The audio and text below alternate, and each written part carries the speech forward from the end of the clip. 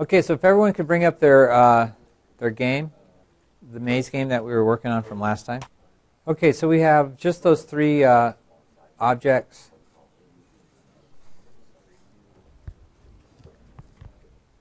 Now on your exit sign, when the player hits the exit sign, you want to make sure you go on to the next room. So hopefully you have that in there as well. All right. So this is where we left off. We're keeping the Explorer aligned with the grid so that we can go in those skinny hallways without too much problem. And then we should have the code in there so that when you hit the exit sign, it goes on to the next level. Okay? So we're going to add a few more things to our game today. The first thing we're going to add is the diamonds. Okay? So let's create a diamond sprite.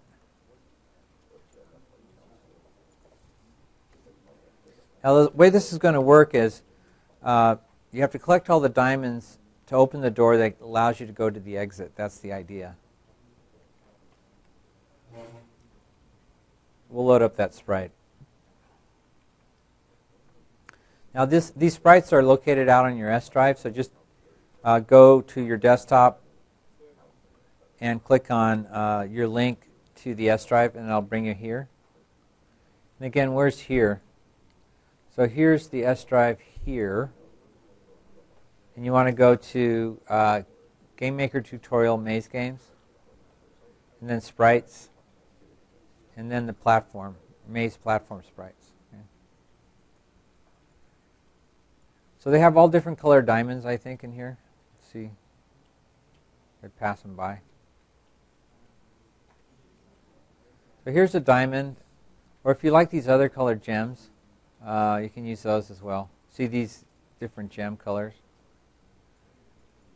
Now I have a dark background, so having a light sprite like the diamond probably is a good idea.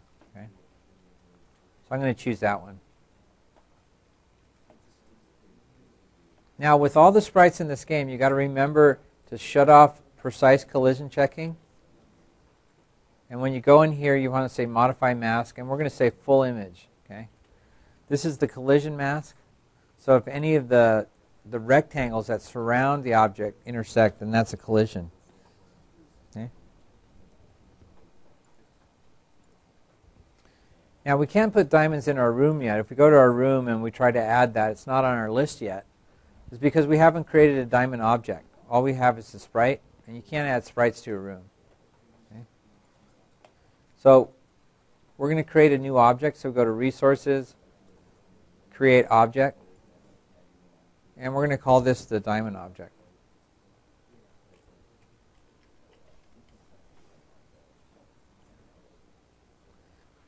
So just choose the diamond sprite once you open it up.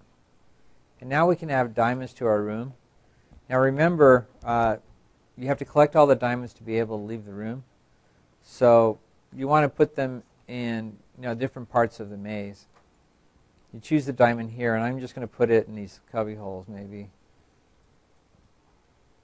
Just make them have to go get them. And this will be the first level. Maybe up there. And maybe one here. Okay? So the goal of the game is to go get the diamonds. Now, I haven't put a background on my game. Or maybe it's not being used yet on the... Yeah, so I haven't set the background yet, so click on the background tab if you don't have it already, and choose the background we created.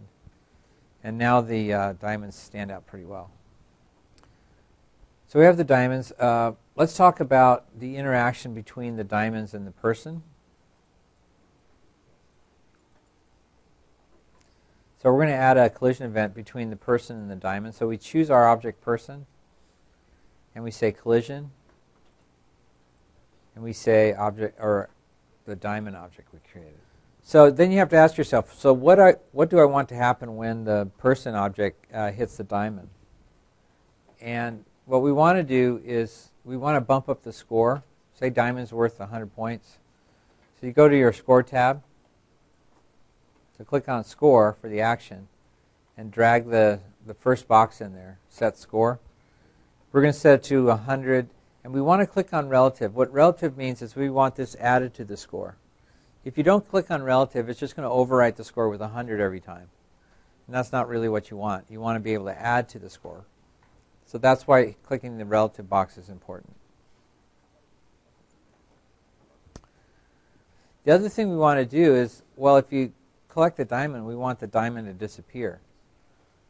So what we do here is we just delete the diamond. So you go to the main 1 tab and drag on this little trash can or recycle bin. And we don't want to get rid of the person. That's what self refers to. We want to get rid of the other thing person collided with, which in this case is the diamond. So we say other. So let's give this a try. You might save your game before you run it. Just get in the habit.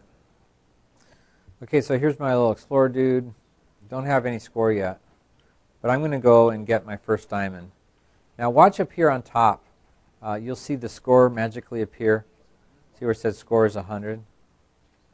It's right there on top of the screen.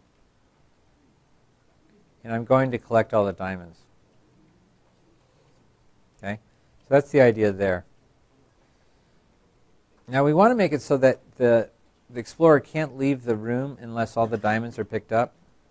So if I go and test that out, you can see that I go on to the next level even though I haven't connected all the diamonds yet.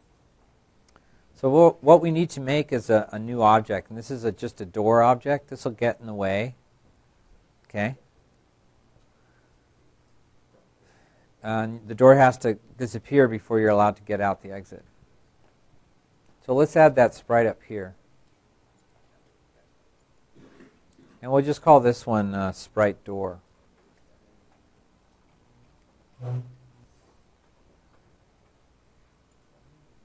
Now there is a door sprite, I think. Yeah, here's the door. Okay. Say open. And again, with all our sprites, we want to shut off precise collision checking and set it to full image. Okay. Now that we have the sprite, we can create an object for the door. So here's our new object. And again, we just call it object door.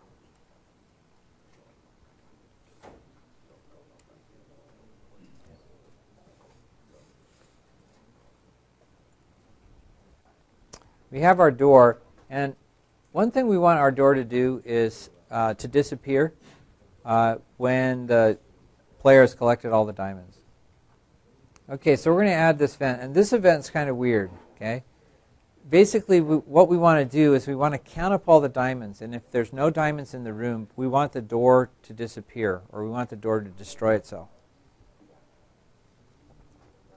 So since the diamonds can be collected at any point in the game, we have to do the check almost all the time. There's an event called the step event. So you add event, say step, and then step again. So the step event. Ooh, I got the wrong one.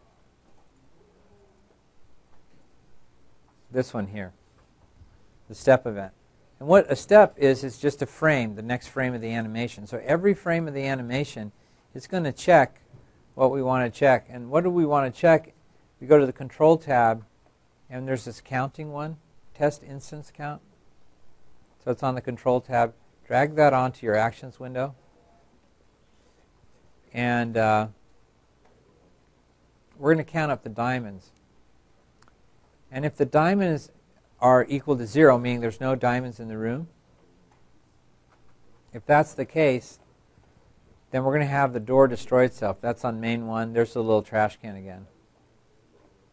And we're going to have the door destroy itself. So every frame, the door is going to count up how many diamonds are in the room. And if it ever gets 0, it's going to destroy the door and allow the player to get through the door. Okay? So let's try the game out. This time we're going to put a door in there. Now a good place to put the door is just to block the entrance into the exit. So I'd put my door here maybe. There's my door. And we'll see if this works or not. So I'm just going to play the game.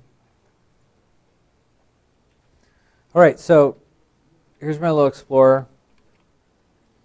And we'll notice one problem. Notice how I'm not collecting the diamonds right now. But I'm able to walk through the door. See that? Even though it's in the way. That's a problem. We'll have to fix that. But now I'm going to go collect all the diamonds, and just to see if the door disappears.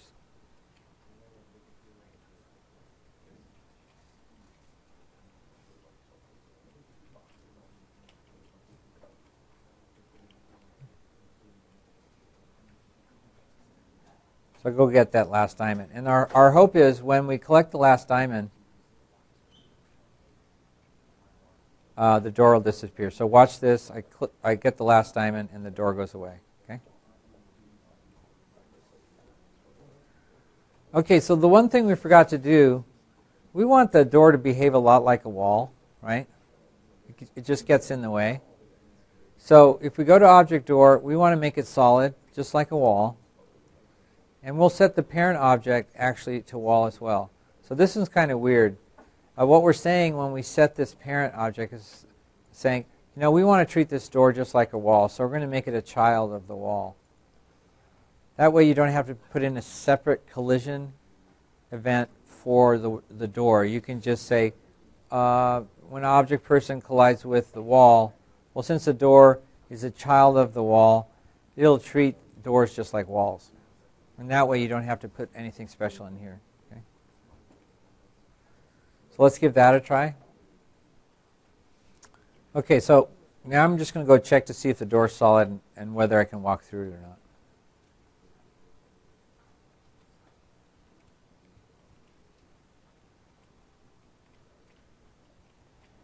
And now I can't walk out the door. I have to go get the diamonds. And that's the behavior we want.